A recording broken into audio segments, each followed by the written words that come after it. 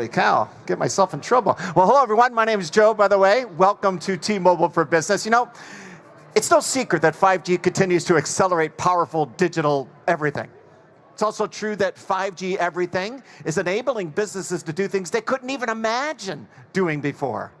But even though 5G accounts for almost 2/3 of mobile connections across North America, many businesses are shy about jumping into 5G with both feet. Now that makes sense. I mean, it's always wise to be cautious when adopting new technology. We get it.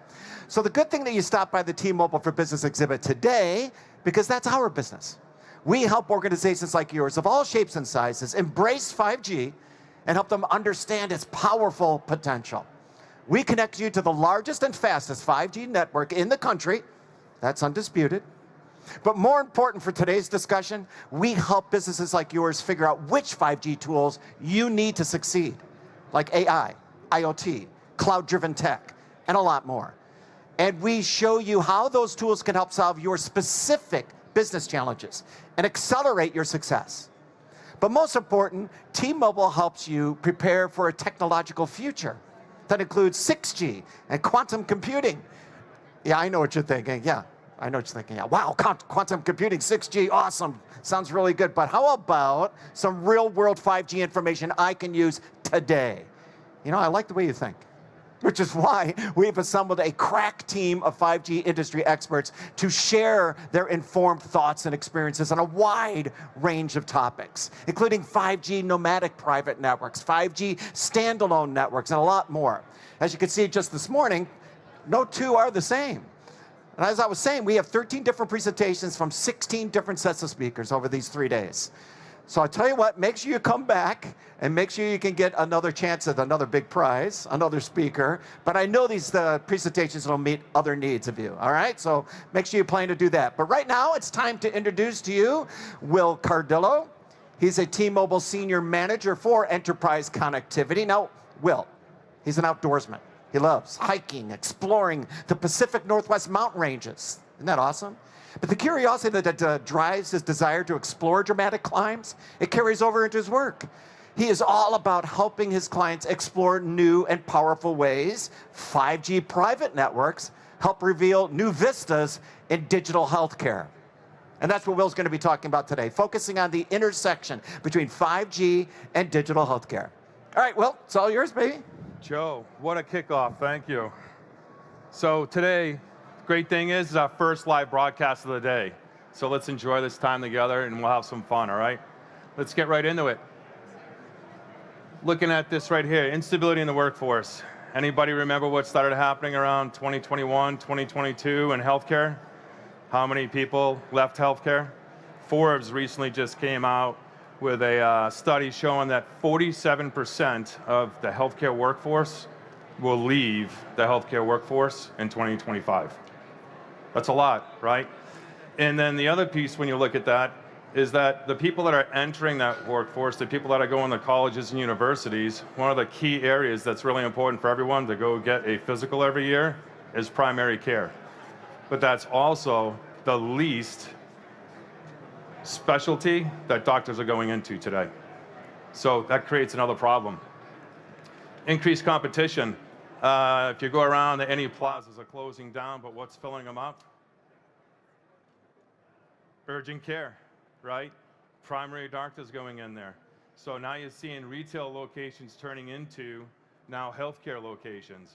It's a big change. What happens with that is that's taken away from the healthcare system as a whole, the hospital system. And increased consumerism, that's a really good topic today. That really is focused around Gen Z. If any of you have someone in your family that's a Gen Z, I know I do, right? They changed retail, how we did retail, right? They're changing healthcare and how we're doing healthcare today too as well. What that means is they're not looking to go make an appointment and wait 4 to 6 months to see a doctor. They want to see a doctor today, they want to see a doctor now, so it becomes even more important to give them those opportunities to see the doctor when they want to see the doctor, how they want to see the doctor, and the experience that they're expecting when they see the doctor.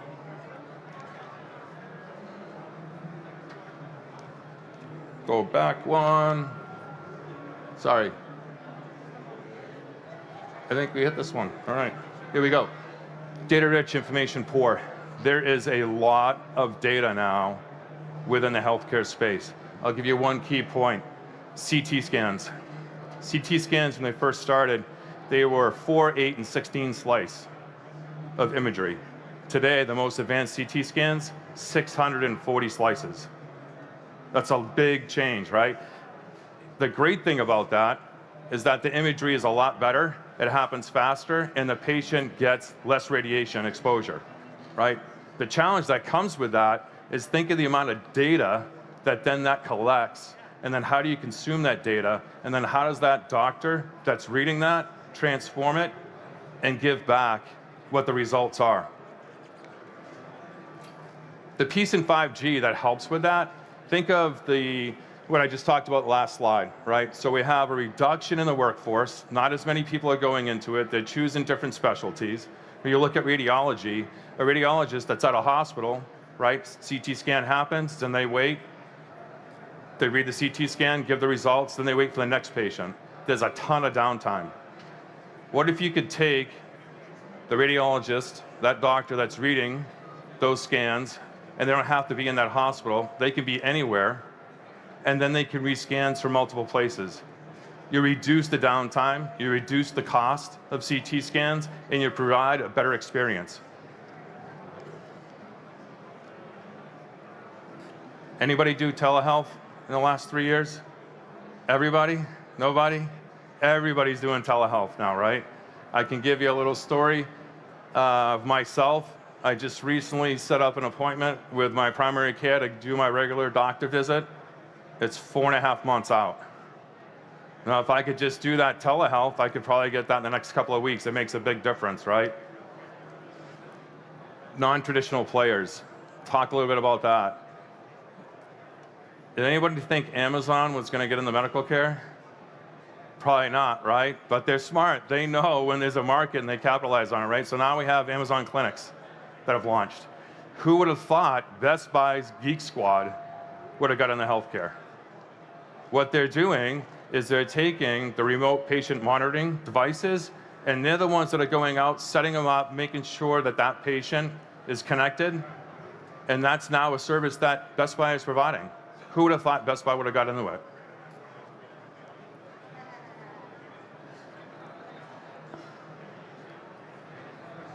We already talked about telehealth. That's the numbers there, 67%. The crazy thing about telehealth is that it was there before the pandemic started, and now it's the norm, right? I don't know about you, but when I go on to book a doctor's appointment, the first thing I'm doing is I'm looking for a telehealth appointment. But what does that create, right? 85% of doctors today, physicians, will do telehealth and offer telehealth. Where the problem is 80% of rural America don't have a doctor.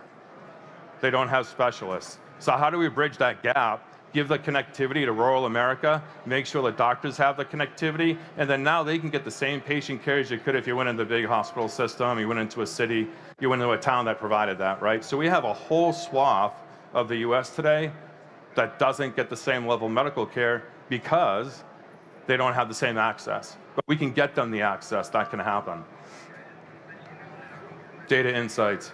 All right, I talked a little bit about the CT scans, but when you look at those CT scans, that's just part of it, right? There is a lot of data, but interpreting all that data is the hard part. And then where does all that data reside and make sense, right? So when you look at the data insights, how many people have a smartwatch, right? Consumers, patients, are now more aware of their healthcare today than they were ever before. Myself, just 2 weeks ago, I got an alert on my Apple Watch telling me, hey, that my resting heart rate went down from 71 to 64 on average. Yay me, I don't know about you, I think you'd probably be happy if you had that, right? But if you think about it, now that the data that's available to you as a patient is more important than ever, because the reality of healthcare today, I'm sure you would agree with me, is that you have to manage your own healthcare. Does anyone think you have to manage your own healthcare? But how do you manage your own healthcare? You have to have access to devices that help you manage your own healthcare. You have to have access to the insights that are going to help you and help your doctor. You have to be able to share it with your doctor. Remote patient monitoring devices, IoT, is going to save about $63 billion in the healthcare industry just by launching sensors, right? So when you think about insights, really the point on this around insights is how do you take the data that's there, give it in a consumable manner so that way the patient can be better informed, more informed to make their own healthcare decisions because they're managing their own healthcare today. But then how do you also get that data to the doctor and provide aware of when their patients need care and could be more proactive versus reactive. Improved patient experience. I'll share a story with you. My daughter is in nursing school. The one thing she talked to me about that she hated the most, and that what we're seeing mostly in healthcare, most people don't realize, nurses spend an enormous amount of time answering patients' calls. Hey, it's too hot, it's too cold, can you open my blind, can you close my blind? Is that really what we want nurses to be doing in a healthcare setting today when we don't have enough nurses, right? And we're gonna have less nurses in 2025.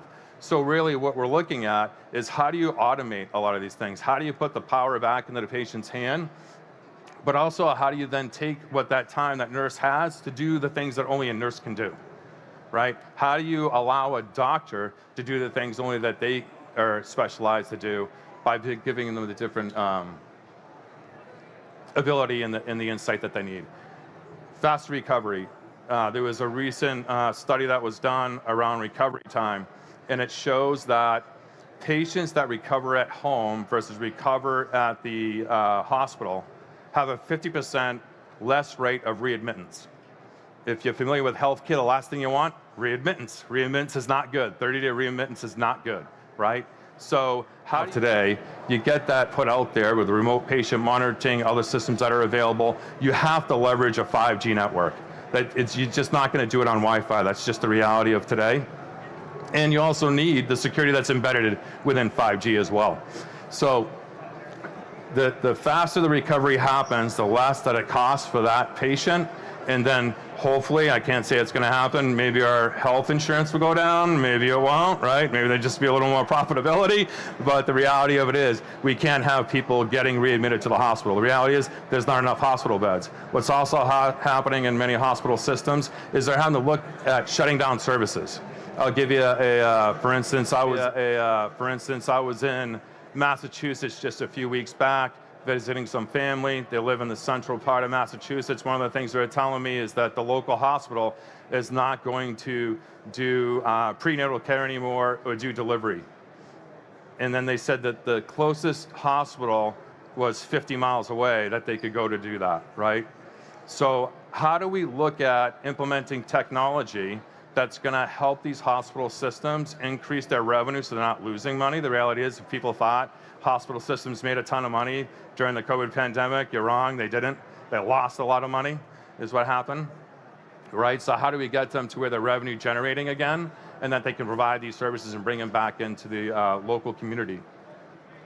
Geographic reach of 5G, I'm not going to touch much on that, other than, as you all know, you're sitting here today, T-Mobile has the best standalone 5G network, and it's nationwide. And 5G being nationwide is what's going to help connect these things and also increase what's going to be the patient care model, right, moving forward. The patient care model moving forward isn't going to be going into the doctor's office for everything anymore. It's not going to be going into the emergency clinic for everything anymore. It's going to move even more and more towards telehealth. It's going to move more towards patient monitoring devices, right? And it's going to be more of a collaborative effort than what it has ever been in the past.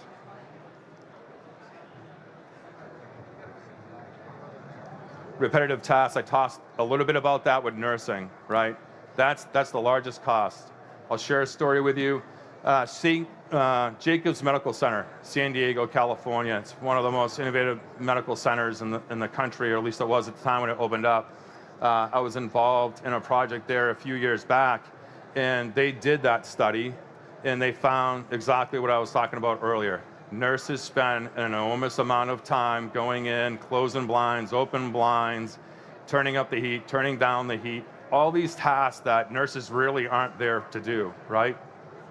But you can put networks within a hospital setting, because Wi-Fi, it's great, and it has its own use cases, but it's not going to be able to run everything that you need. And anytime you need more connectivity, you have to add more access points to it, and more access points to it, and more access points to it. If it was great, then we'd already be there today, but it's not great. So how do we do it differently and move forward? So reducing those number of tasks, you can automate all that stuff. You can put all that control right in the patient's hand and a tablet, and they can open and close their own blinds. They can turn up the heat, turn down the heat. They can do all these things and empower them themselves to be able to do that, which a patient generally wants. They don't want to have to ring the call button, wait till the nurse can make it, and open up a blind for them, or turn up the heat, or turn on the air conditioning, right? They would rather be empowered. So how do we look at doing healthcare a little bit differently and empower the patients for the things that they can do because they truly want to do them, and then empower the medical staff to do the things that they do best, because then you have a happier medical staff too as well, right? And then hopefully at that point, we're not going to see as many people exiting that particular industry. There's going to be more people that are going to want to come in. That's it today. Hopefully I enriched you a little bit with some knowledge. Hope you had a great time. I appreciate everybody. Joe, it's back to you. All right. Well, hey, do you mind hanging out onto the side here a little bit? Hang out on Somebody, the I'm going side. to grab that little clicker from you. If you guys have any questions, you can walk over there. And man, it was an excellent presentation, man. Really appreciate it. And of course, we know everything about you now, from your daughter in nursing school and everything else. Awesome stuff, man. All right. Do me a favor, if you folks would. This is for a quick survey. Can you pull out your phones and take this QR code real fast?